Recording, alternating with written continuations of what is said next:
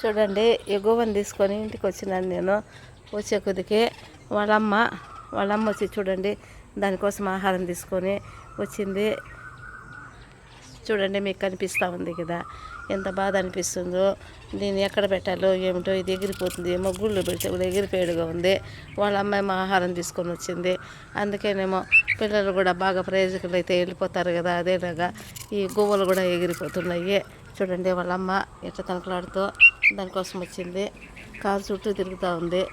చూడండి వాళ్ళ అమ్మ వాళ్ళ ఆయనగా ఉండారు.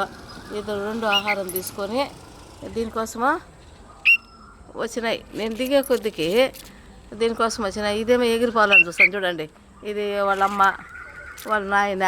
ఇదిగో ఇక్కడ కూడా చూడు దానికోసము వచ్చినాయి. చూడండి ఇక్కడ వచ్చి కూర్చొని ఉన్నాయి. చూడండి ఆహారం తీసుకొని వచ్చి దానికోసము కూర్చొని ఉంది. చూడండి నా చేతిలో ఉండే గువ్వ కోసము ఆహారం తీసుకొని వచ్చి కూర్చొని ఉంది. దీన్ని ఎలా వదలాలా, ఇది ఎక్కడ ఎగిరిపోతుందో బాధగా ఉంది. చూడండి మీకు బాగా ప్రూఫ్తో కూడా కనిపిస్తూ ఉంది. చూడండి నోరు లేని ప్రాణాలు ఎంత భ్రమగా ఎంత ప్రేమగా ఉంటాయో.